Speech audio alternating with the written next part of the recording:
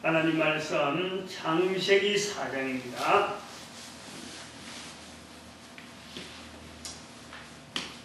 창세기 4장 2절 말씀입니다.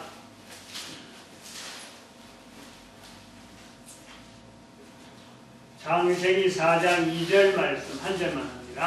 합독합니다. 다 같이 시작.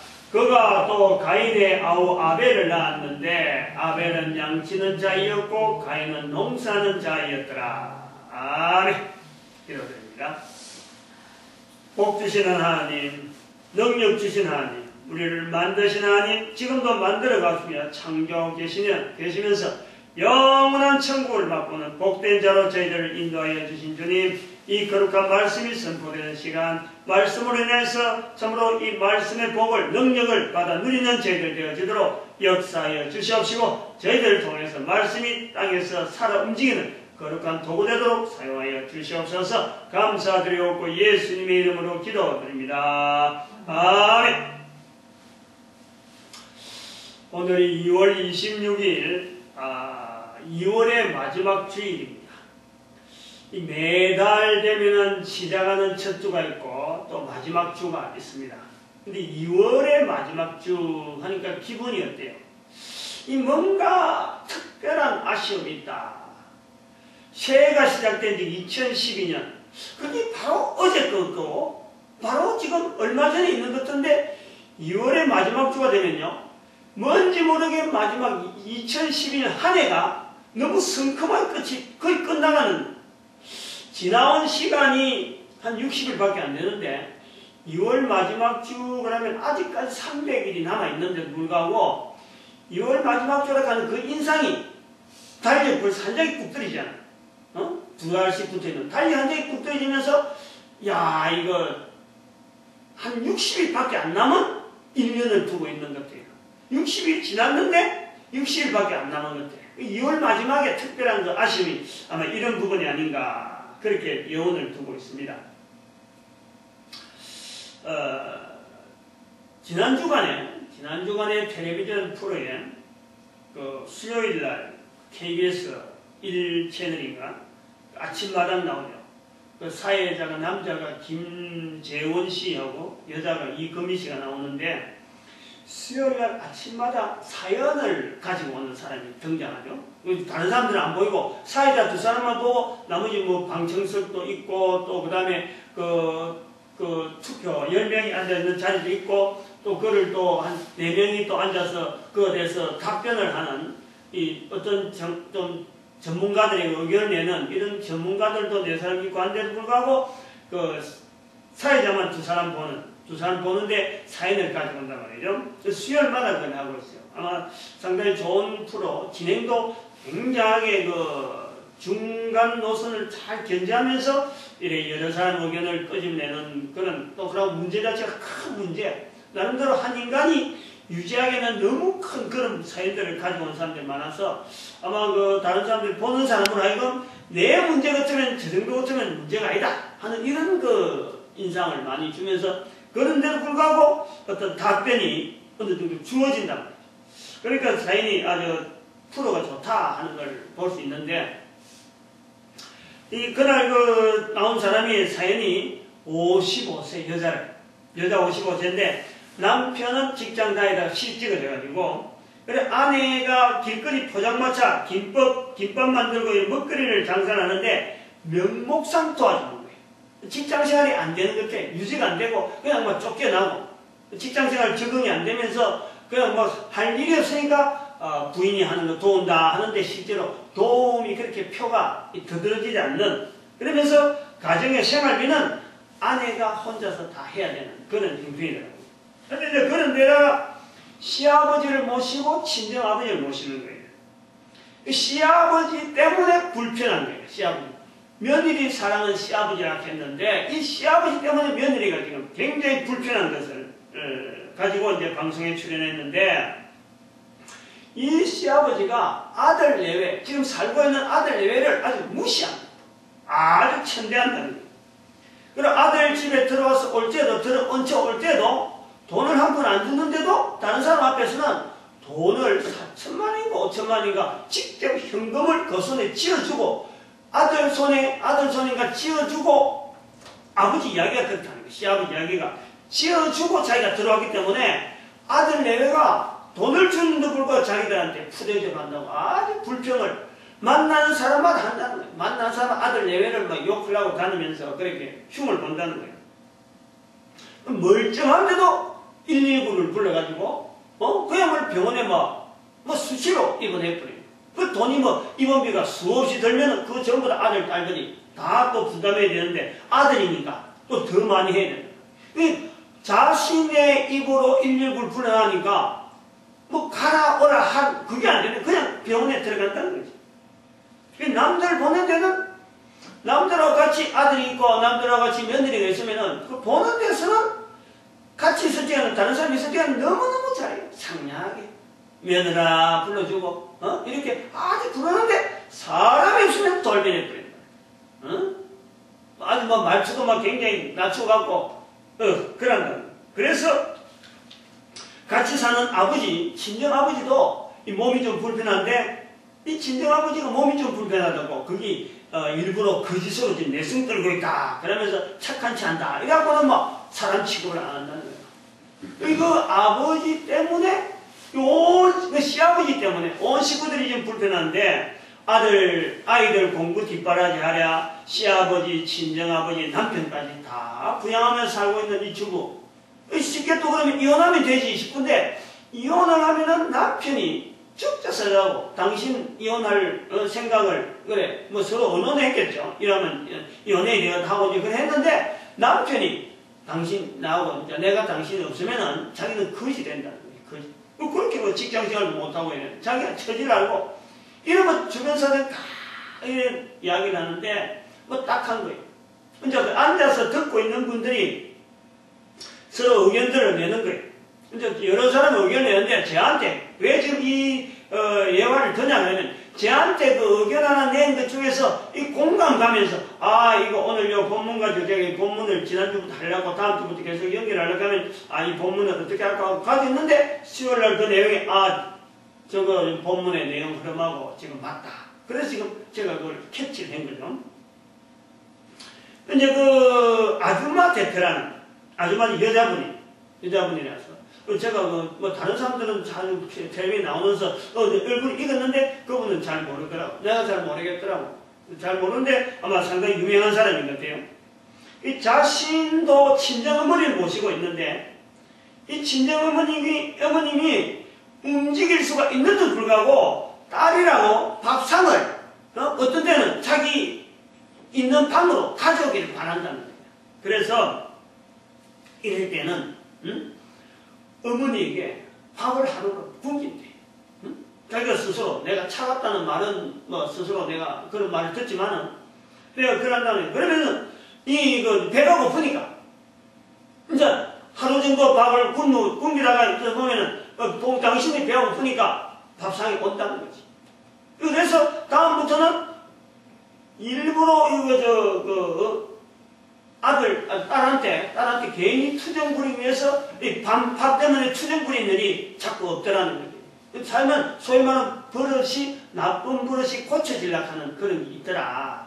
그래서 어머니하고 지내면서 어머니가 나이가 드니까 가만히 보니까 은근히 아들, 딸한테 기대면서 대우를 해주는 것을 바라면서 은근히 보채시고 욕을 하고 있는 것이 이게 나쁜 버릇처럼 나쁜 버릇이 되어진다 하는 것을 여겨져서 자기가 그랬다는 거예요. 그러니까 이제 사람들이 앉아있는 사람은 오히려 그 사람을 두고 이제 이야기하는 그런 의견을 내니까 친정어머니니까 가능하지 이 사람은 지금 시아버지잖아. 얼마나 어려운 상대냐. 이렇게 이야기하는 사람도 있고 어떻게 어른들에게 그럴 수 있느냐. 이제 오히려 그 사람을 공격한다고. 또 어떤 사람은 그렇게 접근하는 것도 하나의 방법이 될 수가 있다. 시아버지께서는 너무 자기 위주로만 세상을 보기 때문에 아들의 입장에서는 전혀 고려하지 않기 때문에 아들의 입장에서 볼 수 있는 시도를 해보는 것도 좋겠다 하고 이렇게 의견이 막 달라진단 말이에요. 그래 되는데 제가 이제 이분 그 아줌마 대표에 대해서 제 의견을 그 의견에 내가 동의하는 이유는 우리가 지금 저는 시도가 필요하다는 거죠. 저는 그거 보고 있는 거예요. 저는 하나씩 공격, 저렇게 하는 시도가 필요한데 바로 그것이 오늘날의 교육 제도를 바꿔야 될 필요가 있다 하는 것을 보는 거죠. 그것은 일종의 제가 표현하는 대로 이게 교육의 방향을 양방향으로 해야 된다 하는 그 표현을 하는 거예요. 보통 우리가 교육이라 그러면요, 어머니로부터 자녀에게 내려오는 교육, 또 교육이라 하면 아동 때, 뭐 유아 때부터, 아동 때부터, 청소년 때부터, 또 청년 때부터, 또 이렇게 돼서 계속해서 이 시기가 나이가 들면 들수록 그 위에 상위 그것부터 위에서부터 내려오는 교육, 위에서 가진 지식을 가진 자가 기존에 가지고 있는 지식을 통해서 아래로 내려가는 교육, 이것에만 우리는 익숙해 있단 말이에요. 그래서 어른들이 아이를 하는 방향, 아이를 향한 교육 방향에만 염두를 두는다. 그래서 어른들이 성생이 되고 학생은 아이랍니다. 항상 성생은 나이가 많고 아이는 나이가 적다. 이런 개념이 꽉 잡혀 있는 거예요. 뭐 물론 예를 들어서 뭐 텔레비전에 뭐 의사선생이나 뭐 특별한 어떤 특징이 있는 사람들이 이렇게 공개적으로 할 경우에는 좀 그런 게 있지만, 주로 교육이라 그러면 항상 위에서 아래쪽으로 보는 이런 것이 일방향이에요. 일방향. 그걸 제가 지금 지적을 하려는 거예요. 그래서 이 교육에 대해서 일방향인데 이것을 양방향으로 바꾸는 시도를 해야 된다 하는 것을 제가 그걸 보면서 언어를 제가 만드는 거예요. 교육은 사회가 요구하는 데서 시행이 됩니다. 지금까지의 사회는 교육의 일방향의 요구가 되어도 유지가 되는 사회였다. 그렇게 볼 수가 있는 거예요. 가부장제도, 군주시대, 그리고 대기업 중심, 또 역사라든지 문화라든지 이런 것을 수동적으로 수용하는 그런 시대였다, 지금까지는. 그러나 지금부터는 달라지는 세대다라는 것을 우리가 염두에 둬야 돼요. 왜냐하면 그것이 인터넷 시대가 대표적인 표현으로 우리가 나타낼 수 있습니다. 다르게 말씀드리면 정보의 다양한 흐름, 즉 교육이라는 것은 일종의 정보의 전달 수단으로서 주어지는 건데, 이 정보가 다양하게 지금 공유가 되어지고 흘러가고 있는 시대라고 해요. 전에는 정보의 양이, 교육의 정보의 양이 얼마 되지 않았기 때문에 일정한 성생을 통해서 전수가 되면 그것을 교육이라고 해서 그 전수된 정보의 양에 의해서 사회가 혜택을 주는 거예요. 혜택. 저 정보를 많이 가지고 있는 사람에게는 사회가 많은 혜택을 주도록 되어 있는 것이, 그래서 교육이 필요하다. 그렇게 지금까지 우리가 알고 있는 거예요. 한때 시대는 말이죠, 천자문만 배워도 대단히 유식한 사람으로 학문을 익혔다 그래가지고 대접을 받는 거예요. 문자를 아는 자라 하는 시대가 있었단 말이에요. 지금은 다양한 방면에서 다양한 지식을 익힌 자들이 어울려가는 시대, 지금 그런 시대로 우리가 보는 거죠. 근데 이런 것도 일방향성의 교육이라는 거예요. 일방향성. 기존의 교육에 대해서 혹은 지나간 시대에 대해서 잘못이 있을 수 있는데, 지금의 교육이 잘못된 방향으로 가고 있다는 것을 인지하여 바른 방향으로 모색하려고 하는 그런 자세가 없단 말이에요. 일방향의 교육에 대해서 이 방향의 교육이 잘못된 게인데, 이런 것에 대한 대안의 자세를 우리가 제시해야 되겠다. 이게 지금 없다는 거예요. 즉, 부모가 잘못 가르칠 수 있다는 거예요. 학교 선생님이 엉터리 내용으로 분명히 가르칠 수 있는 것을 인정을 해야 되는 시대. 정보가 다양하게 흘러가기 때문에 기술자도 얼마든지 그 회사에 기술자라서 그 회사에 유익을 주는 그런 기술자이고, 기술자라도 엉뚱한 기술을 가지고 그 회사를 손해를 끼치는 기술을 가지고 있으면서 기술자 대우를 받고 있다는, 그런 것이 있을 수 있다는.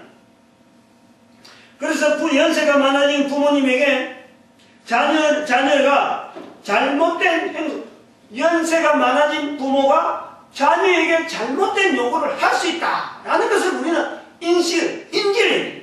아, 저럴 수도 있다. 부모를 바르게 가르친다는 좀 표현이 이상하지만, 뭔가 부모를 바른 방향 자세로 해야 되는 것이 자녀에게 하나의 책임처럼 있을 수 있다 하는 그런 자세로 자녀나 부모로 같이 봐야 되는 그런 시대가 온다는 거예요. 우리 사회에서 두드러지는 것이 뭐냐, 특히 우리 한국 사회에서 나이만 들면 혹은 성생의 자리에서 가르치기만 하면은 무조건 순종해야 되는 것을 우리는 익히고 있는 거예요. 가르침을 받는 사람은 가르치는 자 앞에서 무조건 받아들이고 무조건 순종해야 된다. 이런 것이 우리에게요 굉장히 많이 작용하고 있는 거예요. 나이 든 사람에게 공경하는 자세를 가르치는 것은 사실은 필요합니다. 그러나 나이 든 사람에게 혹은 선생에게 순종하는 자세는요 다른 거예요. 이 가르친다고 해서 무조건 순종해야 되는 거하고요 가르치는 자에게 공경해야 되는 거 이건 그 차이가 있는 거예요. 순종이라는 것은 함부로 순종할 수는 없는 거예요. 이 차이가 있는데 우리 사회는 공경에 대한 기준도 없고 순종에 대한 기준도 없는, 그래서 지금 우리 교육의 방향이 일방향성으로 되어 있으면서 정보가 지금 굉장히 다양한 쌍방향성의 사회가 요구되어진데도 불구하고 일방향성으로 지금 제도가 딱 굳혀져 있으니까 일방향성에서도 공경에 대한 기준이 없고 또 순종에 대한 기준이 없는 상황이 되니까 우리 교육이 지금 굉장히 어려운 교육으로 지금 나아가고 있는 거로 우리가 보는 거예요. 그런 시각으로 봐야 됩니다. 시아버지의 자세가 나쁜 자세로 될 수 있다는 것을 시아버지가 될 때에 배워야 되는 교육적인 시도가 필요한 사회. 오늘 우리 사회가 제도적으로 그런 게 필요하다는 거예요. 이럴 경우에 시아버지 성생은 당연히 며느리 같은 나이 어린 사람이 될 수도 있습니다. 이런 교육장이 필요한데 이런 걸 마련해 놓으면 시아버지 되는 사람이 받으려고 할까? 안 받으려고 하죠. 안 받으려고. 그러나 아동들에게 의무교육이 있다면 노인들에게도 의무교육을 두는 사회 교육제도가 필요한데 이런 시각이 바로 교육의 쌍방향성 제도라 하는 이런 표현을 우리는 쓸 필요가 있다. 근데 이런 표현은요 사실 오늘 처음 나오는 거예요. 오늘 처음 나오는 거예요. 제 마음에 제가 늘 두고 있는 말인데도 저도 이걸 표현할 방법을 몰랐는데 지난번에 그 수요일날 텔레비전 그 방송을 보면서 그 부인의 표현 한마디에 통해서 이것이 제도로서 사회가 필요한 제도로 만들어야 될 필요가 있겠다는 것을 내 마음에 두고 제가 언어를 한번 만들어 본 거예요. 일방향성이다. 이제 우리는 쌍방향으로 했다. 이거 이방향, 삼방향 이런 게 아니고 일방향성인데 이제는 쌍방향으로 위에서만 흘러오는 교육만 볼 것이 아니라 밑에서도 이걸 교육으로 우리가 제안을 하고 제도를 만들고 해나가는 이런 시도가 필요하다 하는 거예요. 우리가 배우는 역사 그리고 문화, 우리가 얼마나 잘못된 역사 속에서 오늘 우리가 어렵게 만들어진 문화 속에서 살고 있을 수 있다 하는 개념이 또 들어가야 됩니다. 일본의 한국 침략 속에서만 왜곡된 역사가 있는 것이 아니고 지금 또 중국이 우리나라 역사를 지금 굉장히 왜곡되게 막 만드는 그런 한다는 것을 텔레비전을 통해서 우리가 볼 수 있는데, 그러나 우리 역사지만은 다른 나라에서 우리 역사를 만들려고 바꾸게 왜곡하려고 하는 그 시도 못지않게 우리가 보고 있는 한국 역사, 우리 안에서 한국 역사를 다루는 사람들에 의해서, 한국 역사를 연구하는 사람들에 의해서 몰라서 그리고 인위적으로 가공하려고 하는 이 시도들이, 그래서 잘못되어진 역사가 있고 또 그로 말미암아 생긴 문화들로 이게 제거할 방법을 몰라가지고 그대로 방치되어 있는 것이요 얼마나 많이 있는지 모릅니다. 이런 오류들이 산지사방에 되어 있음에도 불구하고 기존의 것에 대해서 수동적 수용자세 가르쳤으니까 무조건 받아들이는 이런 수용적 수용자세에서 또 다른 오류들이 전수되어 가고 있는 것, 바로 이것이 교육 현장의 일방향성에 주어지는 오류라고 볼 수 있습니다. 이런 것을 우리가 찾아낼 필요가 있단 말이에요. 잘못되어지는 교육 현장의 일방향성의 현상에 대해서 예를 들어 말씀드리면, 이건 사실 우리 누구나 몸에 배이는 태도입니다. 어쩌면 국가관이라 말할 수도 있고 사회관이라 하는 그런 것으로 이렇게 집약해서 좁아진 것으로서 하나의 한 사람의 국가관, 한 사람의 사회관이라고 우리가 치부해 볼 수도 있지만, 그러나 이것은요 우리 모두에게 배어있는 하나의 일방향성의 잘못된 어떤 우리 몸에 배어있는 모습이다 그래 보여집니다. 그것도 예를 들면 지난 그것도 지난 주간에 텔레비전 채널에서 봤는데, 그 이현석 씨하고 단짝으로 나오는 코미디, 그 사람이 서경식 씨인지, 아니, 경석 씨는 경석 씨인데, 서경식 씨인지, 김경석 씨인지, 이게 이경석 씨인지 잘 모르겠는데, 하여튼 그 키가 좀, 이현석 씨는 키가 큰데, 이 사람은 키가 작은. 그래서 같이 나왔던 그 단짝. 근데 이제 그 사람 혼자서 사회 보는 거예요. 사회 보는데, 학교 폭력 때문에 국가의 경찰력이 동원되고 있는 그 사안을 다루는 일종의 토크쇼면서 자담회를 진행하고 있더라고요. 근데 거기에 교육자원부 장관까지 참석했어요. 그 방청석에는 많은 청년, 청소년이 그리고 학부모 그룹까지 앉아서 있었습니다. 그 장관은 열심히 지금 메모를 하고 있어요. 이거 대단하 저거 대단하다 하니까 열심히 메모를 하고 있는데, 발언자 대부분이 그래서 지적하고 하는 그 내용들이 뭐냐니까, 학교 행정에 대한 국가 행정의 지적 요구사항이에요. 요구사항. 이것도 해주시고 저것도 하고 요렇게 하고 고쳐달라는 거예요. 그런 게 이제 교육부 장관이 가만히 듣고 있다가 메모지를 내갖고 계속 적는 거예요. 요구사항이니까. 해야 될 일이라고 막 요구하니까 적는단 말이에요.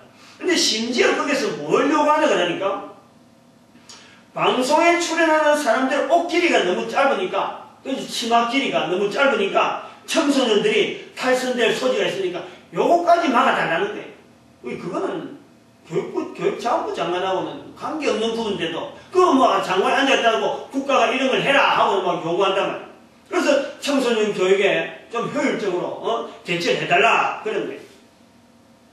여기서 이제 지적하고자 하는, 제가 이제 보는 한방향성 교육의 폐단이라는 것은 이 국민이라고 하는 말이에요. 국민. 오늘 우리 대한민국 국민이라고 하면 국가에 대한 자세에서 항상 국가를 상대해서 요구하는 자세로 쓰입니다. 요구하는 자세.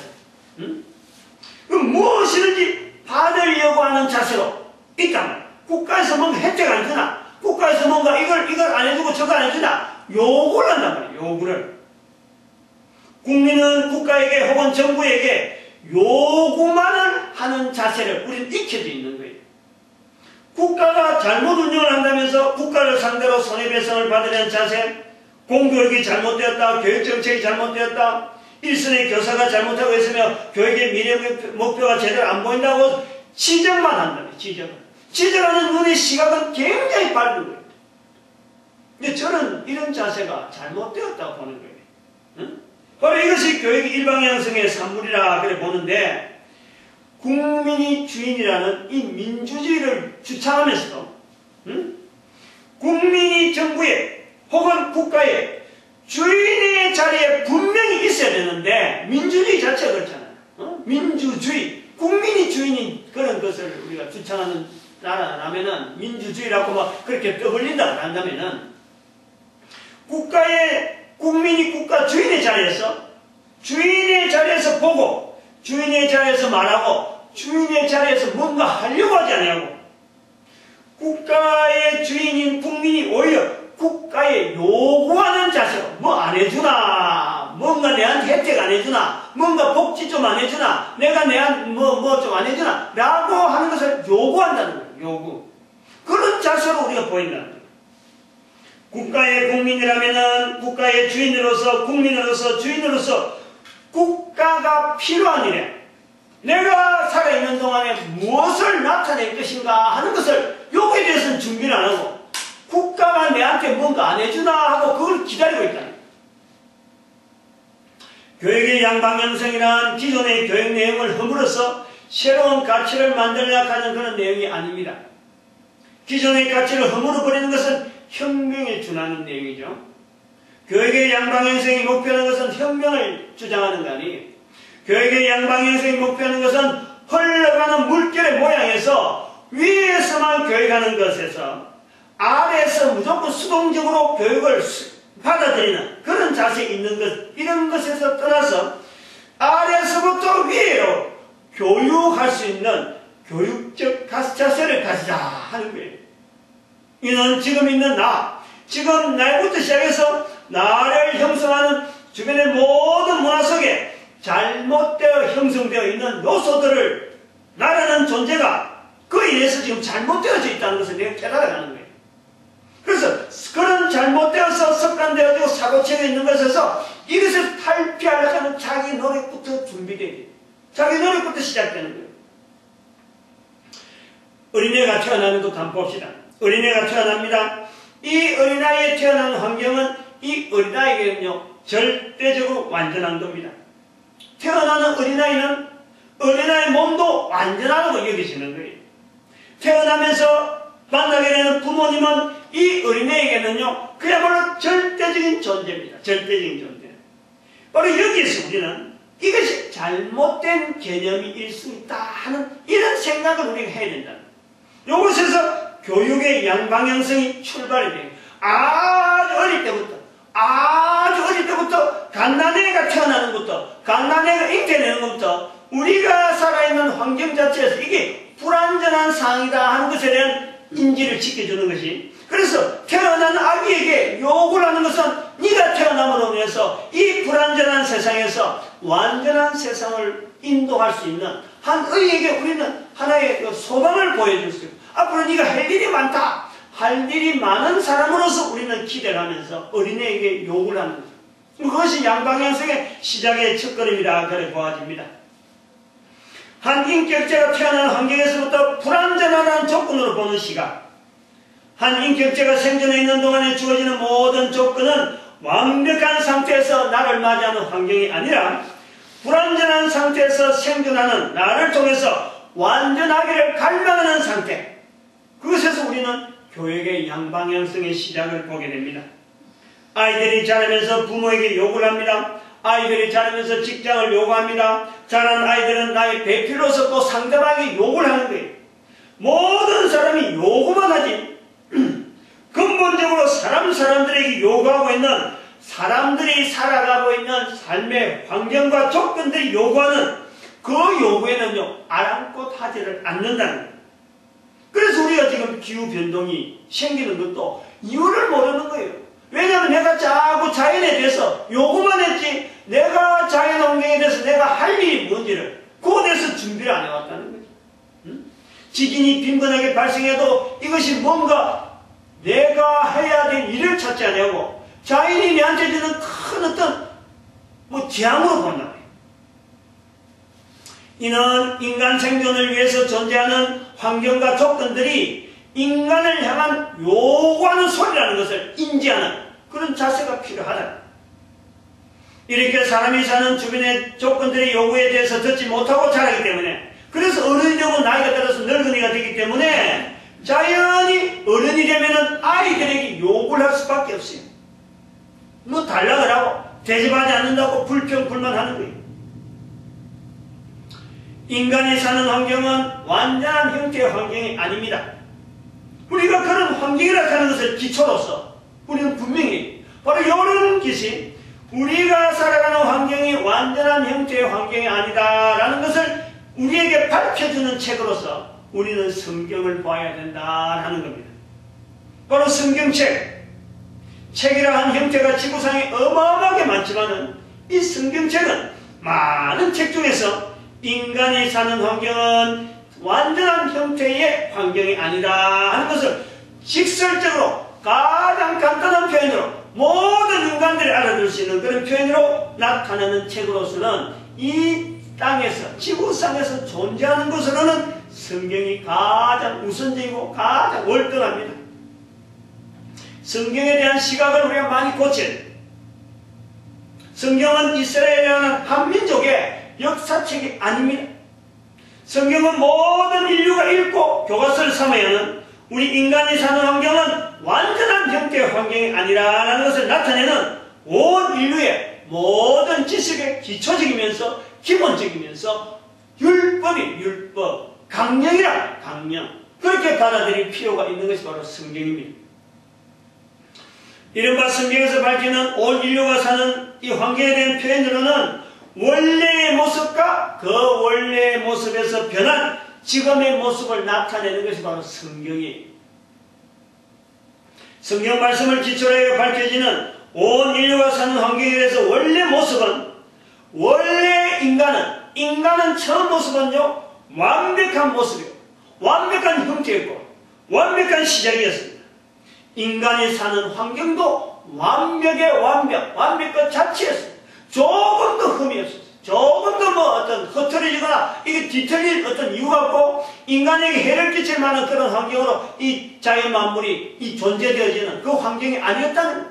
완전한 인간을 위해서 만들어진 인간에게서도 완벽한 인간이며 인간에 주어지는 이 환경 자체도 그야말로 완벽 그 자체였어요. 그러나 그 완벽한 자체는 창세기 3장, 창세기 1장에서 3장까지 모습이고 창세기 4장 이후부터 시작이 되어진 것은 성경에서 밝히는 대로 완벽한 인간의 삶이 아니고 또 완벽한 삶의 조건으로서 보여지는 이 자연 만물 이런 현상이 아니라는 거예요. 오늘은 우리 본문 창세기 3장 4장 2절은 완벽한 인간의 모습이 상실되고 인간이 사는 환경도 완벽한 상태의 주인이 되는 인간의 모습이 완벽에서 떠났으므로 완벽한 조건이 아닌 상태에서 보여주는 우리 내용을 보는 거죠. 세상에 존재하는 책 중에서 인간의 완벽하지 모습을 나타내며 완벽하지 못한 모습을 나타내면서 인간이 사는 환경이 완벽하지 못하다고 나타내는 책은 성경이 유일하다 볼 수 있습니다. 그래서 성경은 한 번 더 강조하지만 온 인류의 모든 지식의 기초면서 기본이면서 율법이 율법. 그런 의미에서 율법이라는 거예요. 그런 의미에서 강령이요, 강령. 반드시 이대로 지켜야 될 수밖에 없는 모든 인간들이 이를 주목해서 따라와야 되는 책으로서 우리 성경으로 보자라는 겁니다. 오늘 우리가 읽은 성경 창세기 4장 2절에서는 우리의 교육계 양방향성인 자세로 지향하면서 양방향성인 그런 자세를 지향하면서 인류의 조상인 첫사람 아담의 가정을 그 통해서 첫 가정이라 하는 첫사람의 아담의 가정을 통해서 나타나는 그 시각을 우리는 보려고 합니다. 지난 시간에는 같은 본문에서 인류로서는 첫 가정으로서 아담과 그 안에 하와 그리고 가인과 아벨을 나타내었는데 오늘도 가인과 아벨을 중심으로 첫 가정 식구들을 보는 그런 시간을 가지게 됩니다. 가인과 아벨은 인류에서 가장 오래된 조상입니다. 가장 오래된 조상입니다. 가인과 아벨을 모든 인류의 조상이라고는 할 수 없습니다. 그럼 볼 수 없는데 가인과 아벨은 완벽한 조건이 아닌 상태의 인간 존재의 환경에 사는 모든 인간을 대표하는 두 모습으로 나타내고 있다라고 말씀을 드렸습니다. 가인은 아담 가정의 아들로서 첫째면서 아벨은 그의 유일한 남동생이었습니다. 그러나 우리가 고려해야 될 내용은 지난 시간에도 언급을 했지만은 아담의 가족의 가족이라는 내용은 오늘날 우리가 아는 그런 가족이라는 내용하고 너무너무 다른 거예요. 집이라고 해서 별도로 집을 한 채 만드는 것도 아니고 울타리가 있는 것도 아니고 마을이라고 따로 있는 것이 아닌 거예요. 그 삶 자체가 오늘 우리가 똑같이 우리는 가족이고 우리가 가정이니까 팔이 안으로 굽는다 이럴 사람이 없는 거예요. 상대가 없는 거예요. 상대가. 형제자매라는 관계는 오늘 보여진 형제자매의 관계가 아니고 어쩌면 아담과 하와로 통해서 태어나는 한 남자 한 여자는요 어쩌면 그 사람 자체가 한 개체입니다. 한 사람의 인격자죠. 가족의 구성이라는 아담의 가정에서 볼 때는 가족이라고 하지만 다른 가족이 없기 때문에 그 사람 한 사람이 태어나면서 주어지는 그 환경 자체가 그 사람이 살아갈 수 있는 어떤 삶의 주인공이에요. 주인공. 그래서 가인과 아벨을 모든 인류의 불완전한 가운데서 출생하는 모든 인류의 두 가지 모습이라는 것을 우리가 보려고 했다는 거죠. 이 인류 최초의 가정에서 오늘 읽은 본문 우리 창세기 4장에서 8절에 가면은 살인이 일어납니다. 살인. 즉 형 가인이 동생 아벨을 죽이는 거예요. 이 살인의 의미에서 이 살인사건 의미에서 우리는 몇 가지 중요한 사실을 찾아보는 거죠. 5가지를 찾아보려고 하는데 첫 번째, 첫 살인사건을 통해서 우리가 찾아볼 수 있는 것은 첫 번째, 사람이 죽는다는 것을 객관적으로 보여준 가장 최초의 내용이 바로 살인사건이에요. 사람이 죽는다라는 거예요. 또 그 두 번째는 이것은 창조자 하나님께서 인간에게 말씀하신 정령 죽으리라 하는 이 말씀을 인류가 느끼도록 되어진 사건이다 보는 거예요. 세 번째, 영원한 생명으로 지어받은 인간 아담에게서 죽음은 몰랐는데 아담에게도 죽음이 올 것을 직감하게 됨으로써 비로소 아담이 나이를 계산할 수 있다. 한 해 한 해 지나가는 것을 통해서 나이를 계수하게 된 계기가 되었었다 하는 것을 추정해보는 사건입니다.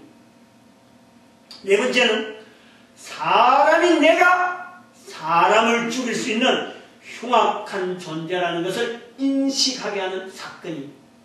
다섯 번째는 사람을 죽인 흉악한 존재이면서도 또한 잘못이라는 것을 고백하지 못하는 바로 죄인, 그것을 우리로 하여금 깨닫게 하는 거예요. 내가 죄인이라는 모습이 바로 이 첫 살인 사건에서 찾아볼 수 있다는 거예요.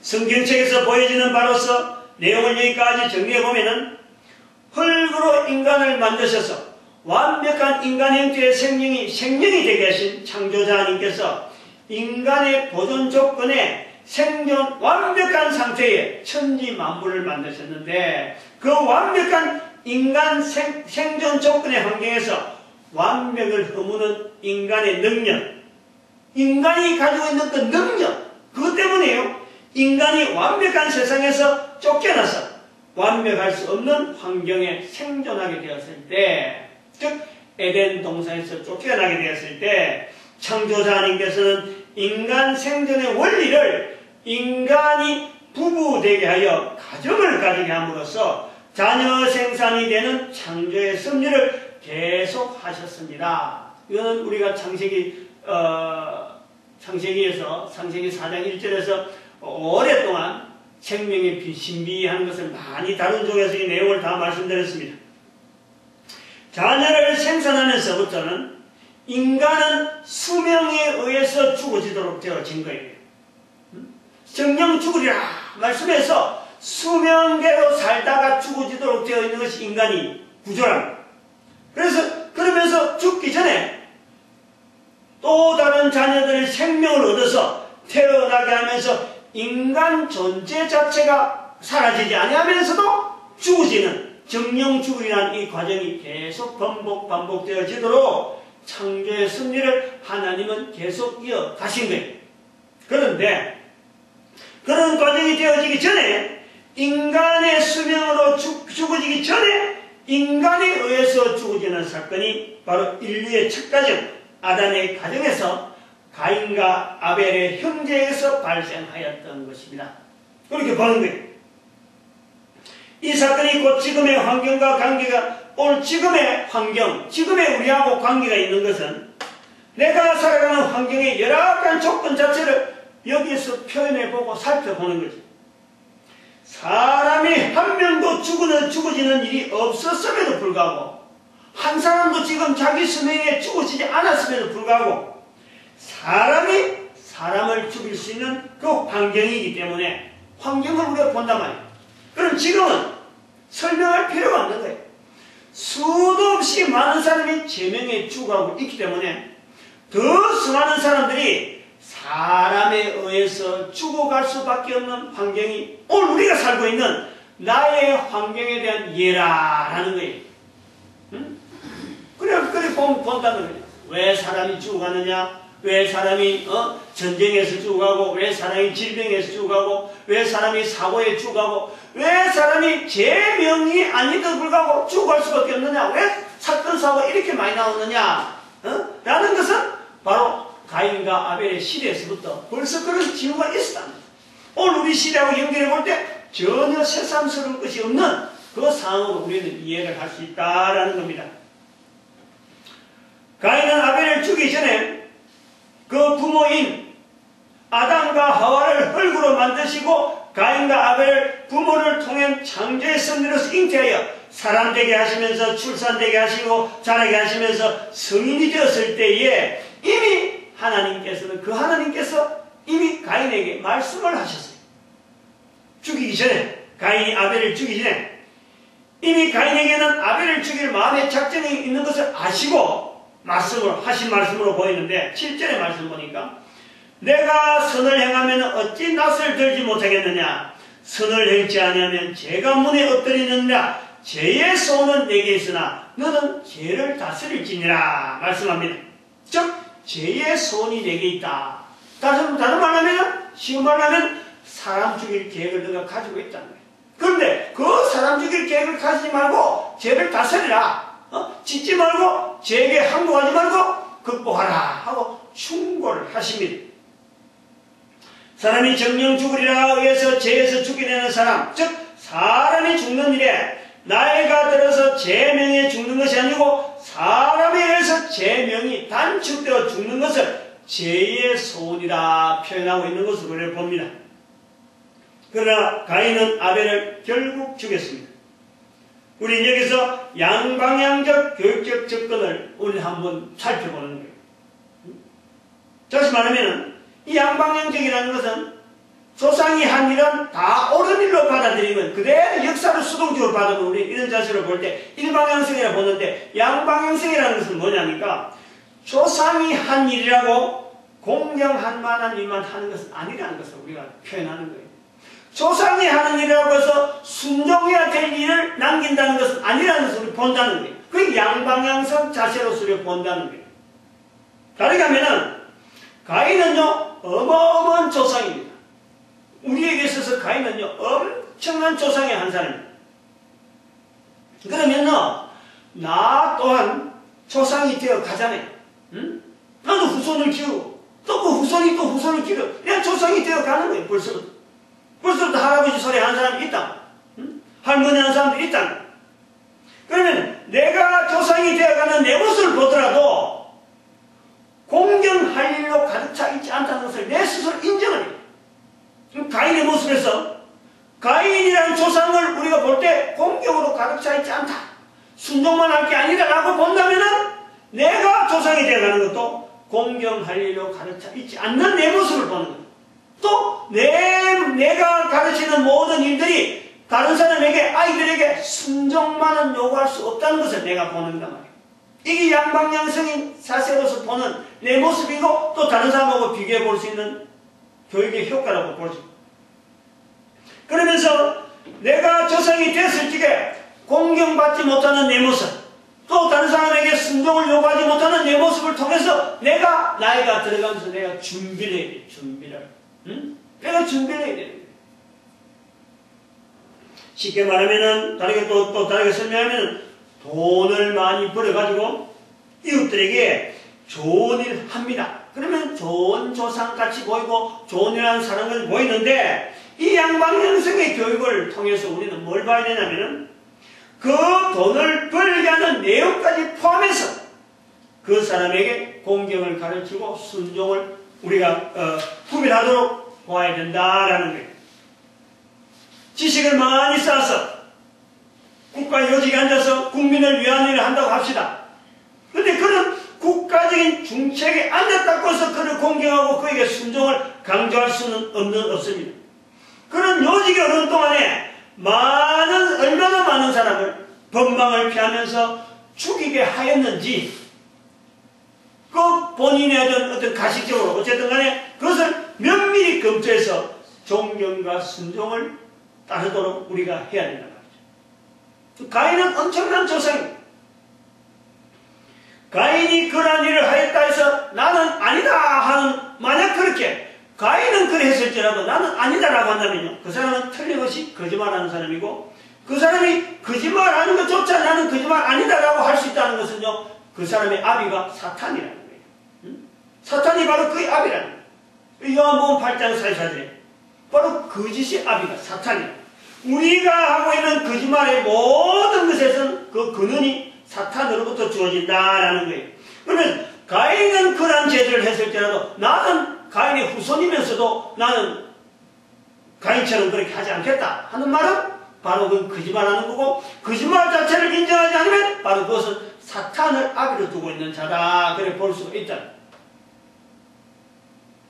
가인이 그러한 일을 했다면요 나는 당연히 그러한 사람이 되고 그보다 더한 일을 나는 할 수 있다.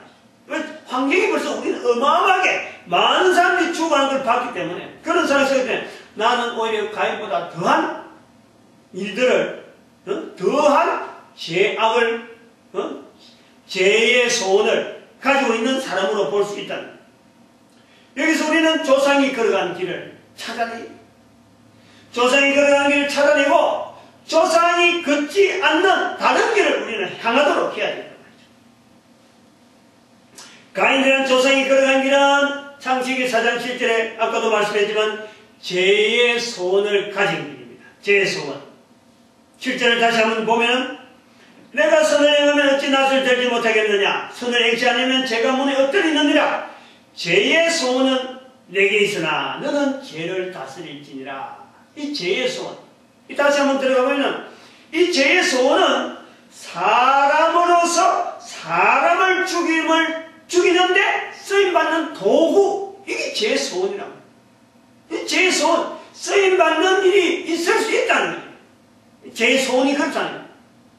죽이라 그런다는 거예요. 가인에게 자꾸 아벨을 죽이라 하는 그 마음이 자꾸 생기고 있다. 그게 죄의 소원이라는 거예요. 이 길에 있는 것을 확인한다면 죄의 소원을 가지지 않는 길이 뭐냐? 본문에 그대로 4장 7절에 나오는데 선을 행하는 길이에요. 선을 행하는 길. 죄의 소원을 가지는 길이 있고 그 가인에 걸어간 길이라면 선을 행하는 길, 우리가 지난 시간에 했습니다. 바로 아벨에 걸어간 길이라. 아벨. 그래서 아벨과 가인과 아벨은 두 가지 큰 인류의 큰 어떤 길에 대표되어지는 분류로서 우리가 본다. 가인을 통해서 죄의 소원을 가진 자에 가는 길, 아벨을 통해서 선을 행하는 자에 걷는 길, 이 두 가지 부류를 우리가 보는 대표적인 부류로 보겠다. 지난주에 말씀한 거예요. 그래서 선을 행하면 할 때 이 선을 행하면 이것은 뭐냐니까 죄의 소원이 사람을 죽이는 길이라면 선을 행한다는 것은 사람을 살리는 도구입니다. 살리는 도구. 또 우리 거꾸로 본다는 거예요. 이 사람을 살리는 도구로서의 모습은 다니엘서 12장 3절에 있습니다. 많은 사람을 옳은 대로 돌아오게 하는 자는 하늘의 별과 같이 영원토록 비치리라 말씀하고 있습니다. 이 많은 사람들을 영원토록 비치는데 모든 사람은 하나님이 보시기에 사람 중에서는요 이 일을 감당하는 사람이 없습니다. 모든 사람은 죄인이라 모든 사람이 죄를 범하였음에 하나님의 영광이 이르지 못하더니 로마서 3장 23절의 말씀. 한 사람도 여기에서 들어갈 사람이 없어요. 많은 사람을 옳은 대로 인도하면은 하늘의 별같이 영원토록 비치는데 이런 사람이 없다는 거예요. 그래서 유일하게 사람의 모습으로 나타나신 그 사람을 우리는 하나의 표대로 삼아야 돼요. 표대로. 그분이 누구냐? 바로 예수 그리스도십니다. 가인이 저질러 놓은 바로 많은 사람이 모든 사람이 다 가인의 후손으로서 죄의 소원을 가진 길을 걸어가는데 죄의 소원을 떠나서 아벨은 이미 죽어버렸으니까 선을 행하는 자 아벨은 죽어버렸으니까 또 다른 한 사람으로서 선을 행하는 자의 삶을 우리에게 보여주시는 분이 바로 모든 사람을 옳은 대로 돌아오게 하는 예수 그리스도를 우리는 보는 거죠. 그 예수님께서 우리에게 유일하게 계시는 그분이 바로 우리에게 요령을 알려줬습니다. 어떻게 하면 많은 사람들을 돌아오게 하는가 요령을 알려주신 거예요. 그래서 모든 인류가 할 수 있는 방법, 특별한 사람만 하는 것이 아니라 모든 인류가 할 수 있는 방법으로 우리에게 그 방법을 알려주는데 뭐냐니까 바로 입으로 귀에다가 말하는 거예요. 입으로 귀에다가. 이 마태복음 10장 32절에 사람 앞에서 하나님을 신하면 사람 앞에서 예수님을 하나님으로 신하면은 바로 예수님께서 그걸 통해서 많은 사람을 옳은 대로 인도하는 모습이라고 인정해 주겠다는 거예요. 이 내용이요 우리가 가져야 될 교육의 양방향성의 아주 기초적인 거예요.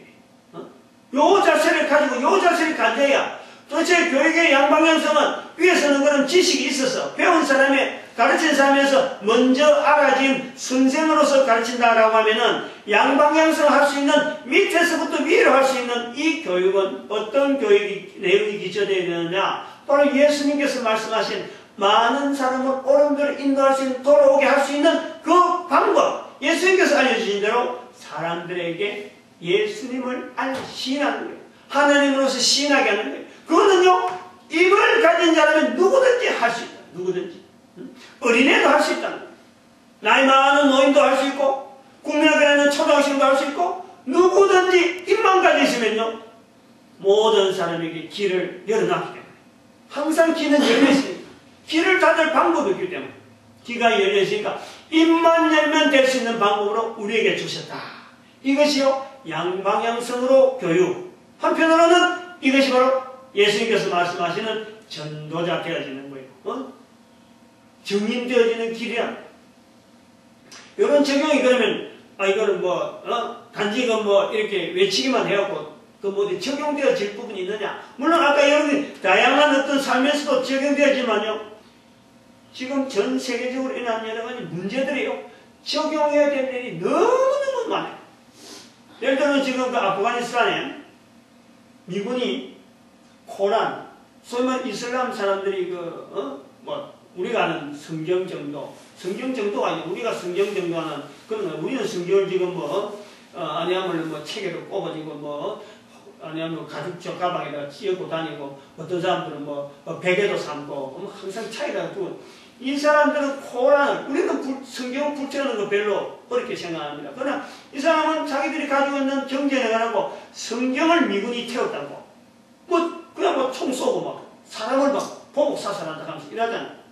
이런 부분을 우리가 보는 거예요. 이 이슬람 지역에 있는 이 교육의 일방향성을 보는 거예요. 코란도 불태울 수 있는 거라는 것을 알리게 되는 거예요.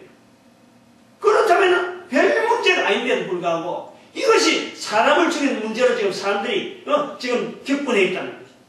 코란도 불태울 수 있고 성경도 불태울 수 있고 다 불에 붙는 거는 불에 타는 거예요. 이 불하고 성질하고 그 물질하고 불에 타는 물질하고 관계를 봐야 되는데, 코란을 불태웠다고 사람을 죽인다. 그것은 위에서부터, 조상에서부터 내려오는 코란에 대한 자세가 잘못되어질 수 있다는 것을 보여주는, 그게 필요한 거예요. 이제 양방향성의 교육이 필요한 거예요. 그렇다면 우리가 그런 사람으로서, 그런 자세로서 삶을 살아가야지, 그냥 말만 가지고 이거 잘못된, 그 교육이 잘못됐다라고만 해쳤다가는 이게 또 다르게 양방향성 교육 자체가 잘못됐다라고 달라진다니까. 그러면 우리가 몸에 배인 이 양방향성의 교육의 이 내용을 가지고 전 세계 사람들에게 영향을 줄 수 있는 국민이 되어지는 그런 자세가 필요한 거예요. 제가 이 양방향성 교육을 이래 하면서, 이런 말하면서, 또 한편으로는 우리가 지금 외치고 있는 일시 기구 국민운동, 즉 11조 하는 국민, 이런 그 운동을 이렇게 구상을 이렇게 쭉 하면서 저는 지금 외치기만 하는 거예요. 외치기만 하는데 도대체 이게 앞으로 어떤 채널을 통해서 우리 국민들에게 인식되어질 것인가 하는 것을 이렇게 생각하면서, 사실 오늘 아침에는 지금 대통령 이제 금년이 대통령 선거가 있고 총선도 있고 지금 4월달인가 5월달부터 지금 아주 복잡한 지금 1년 지금 정치적으로 굉장히 지금 힘든 굉장히 복잡한 그런 일정을 두고 있는데, 저는 지금 대선 주자 중에서 박근혜 씨를 한번 생각을 해봤어요. 박근혜 씨, 아침에 설교를 정리하면서 내가 그런 생각을 해봤는 거예요. 이 양방향성의 교육에 이것을 도대체 시도를 하려고 하면은 어떤 루트를 통해서 이것이 시행이 될까? 이럴 때 이것은 국가가 교육 정책에 지분을 해야 돼요. 당장 이것은 누가 대통령이 됐다가 되는 게 아니고, 대통령이 누가든 되든지 하면은 이 기조, 쌍방향성 교육에 대한 이 기조를요, 끝까지 국가의 어떤 시책처럼 밀고 나가야 돼. 그 밀고 나가는 데에 지금까지는 교육이라고 하면 학교 선생에서 의존했는데 이 양방향성 교육에서 주체 세계력은요 틀림없이 교회가 돼야 돼요. 틀림없이 교회가 돼야 되고 교회의 목사들이요 이 양방향성 교육에 그야말로 주도적인 어떤 교사로서의 자세를 가지고 국민들 향해서 어떻게 하든지 이 양방향성 교육에 이 예수 그리스도를 통한 많은 사람을 주께로 돌아오게 하는 사람을 살리는데 아주 이 내용을 아주 기초적으로 바닥부터 그래서 들어오는 교회를 통해서 들어오는 많은 이런 성도들을 통해서 전부 다 교사되게 만들어요. 교사되게. 다시 말하면 전도자 되게 만들어요. 우리 민족을 통해서 전 세계에 바로 지금 경제 때문에 서로가 신경 쓰고 이슬람 지역이나 아프가니스탄에 왜 미국을 지금 멀리하냐 하니까 경제적으로 아무리 따라가려도 못 따라가니까 그리고 여러 가지 상황이 도무지 자기들하고 벽이 너무 크니까 미국과 이슬람 지역에 일종의 어쩌면 기독교, 이슬람 이런 식으로 대별되어지는 이런 벽이 있다. 이 벽을 허물 수 있는 세계 유일한 존재가 바로 우리 대한민국이라고 하는 것을 우리 민족들한테 깨닫게 해서 바로 11조를 통해서 다시 말해 기부운동을 통해서 온 국민들이 하나님께서 자기를 만드신 것에 대한 하나님에 대한 고백을 하고 그리고 우리 조상으로 내려온 이 모든 교육이 잘못되어지는 교육 속에서 되어질 수 있는데 여기에 대한 돌파구로서 하나님 앞에 쓰임받는 우리 민족에 걸어가는 일식기부 국민운동 그리고 전 세계 사람들에게 참으로 우리가 근본적으로 하나님에게 창조된 이 환경 속에서 한 인간들이 태어나 있다는 지금 살아가고 있다는 이 자체는 바로 우리를 통해서 나를 통해서 이 환경이 완벽하지 못한 것에 대해서 내가 어떻게 쓰임받을까 하는 그런 자세로 고민하는 그 인생을 보내는 그 운동을 전 세계에 펼치고 오는 거예요. 그래서 대통령 되어지는 이런 시점에서 가만 볼 때 박근혜 씨를 한번 생각해 보는 거예요. 박근혜 씨하고 이 쌍방향성 교육과의 접목을 여러 가지를 생각할 때 박근혜 씨가 처녀잖아, 처녀. 결혼을 안 해봤잖아. 그러면 앞으로 대선 운동에 분명히 그것이 하나의 리스크다. 여러 가지 공격을 할 사람들 많은 게야. 어떻게 대국민을 이끌어갈 건데, 많은 국민들을 이끌었는데, 모든 사람들 다 가정을 가졌는데, 가정을 안 가진 사람이 어떻게 대통령 선거로 나올 것이냐, 대선 후보로 될 거냐라고 할 때, 지적을 할 때, 물론 본인은 그에 대한 대답을 충분히 했지만은, 저는 그런 부분까지도 아마 하나님께서 박근혜 씨를 제가 어떤 선거 운동하려고 하는 거라도 어떤 그 조건을 볼 때는 이 쌍방향성 교육적인 자세를 보면요. 거꾸로 보는 거예요, 거꾸로. 오히려 그런 사람일수록 쌍방향성 교육에 대한 이 자세를 견지할 수 있는. 왜냐하면 지금까지 기존에 가지고 있는 사고방식, 그 틀은 완전히 깨야만이 이 쌍방향성 교육을 보는 거예요. 그런데 그런 구조를 볼 때에 가정을 가지고 또 국민들의 어떤 대통령으로서의 그 국민들의 여러 가지 공감할 수 있는 그 상황에서의 대통령이 되어야 된다 하는 것은 하나의 기존의 교육 질서다. 그러나 여기서 이 밑에서도 얼마든지 대통령 될 수 있다는 이런 구조는요, 이거는 바로 어떻게 여자가 결혼도 안 하고 수십 년 동안 그 정치 일정에 꾸준히 유지가 되면서 지금 봐봐요. 그 한나라당 좀 비참했던 그 이미지를 비대위원장 돼가지고 지금 그것을 새누리당이나 이름 바꿔가지고 지금 쇄신하는 이런 이 힘은요, 이게 개인이 한 여인이 그냥 정치 활동한다고 해서 주어지는 게 아니거든. 나름대로 어떤 준비가 있고 나름대로 어떤 걸어가는 행보가 뭔가 분명히 있으니까 사람들이 비대위원장 시켜주고 그 다음에 새누리당으로 이름 바꿔가고 지금 정치 일정을 계속되어질 수 있도록 유지된다는 건요, 이거 자체가 벌써 나름대로의 어떤 그 자격이라는 이런 요건이 있다고요. 그럴 때 이 새로운 어떤 그 시대, 또 그 자녀가 없기 때문에 오히려 또 이 쌍방향성 교육에 이 효과가 있는 것은 지금 그 박정희 대통령이 그 딸인데, 박정희 대통령이 대통령되고 난 뒤에 구미의 흐름이 뭐냐니까, 박정희 대통령을 지금 우상으로 만들고 있잖아요. 구미 물결이 그렇잖아요, 지금. 얼마 안 가면 분명히 우상으로 지금 한 인간으로서가 아니고 완전히 새로운 어떤 신으로서 지금 막 올라간다니까. 근데 요걸 차단시키고, 딸이기 때문에, 자손이었기 때문에 아버지가 우상화되는데요, 이걸 결정적으로 막아줄 수 있는 사람은 지금 박근혜 씨밖에 없다고 봐요. 박근혜 씨가 결정적으로 아버지의 그 찬란한 업적에 우상이 된다는 건 이거는 뭐냐, 나쁜 일이거든. 아주 이거는 정말 건전해야 되는 일이거든. 이 국민들 하여금 아주 좀먹는 게 되거든.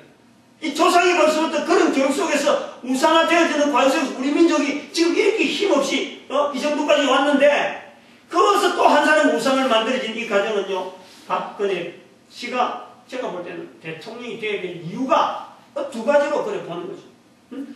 아버지가 우상화되는 것을 막아야 되고, 하나는 이 교회를 통한 쌍방향성 이렇게 하는 주체의 학교 교육에 대해서 어떤 방법을 해도 안 되는데, 교회를 통해서 전 세계에서 우리 민족을 하나의 전체의 어떤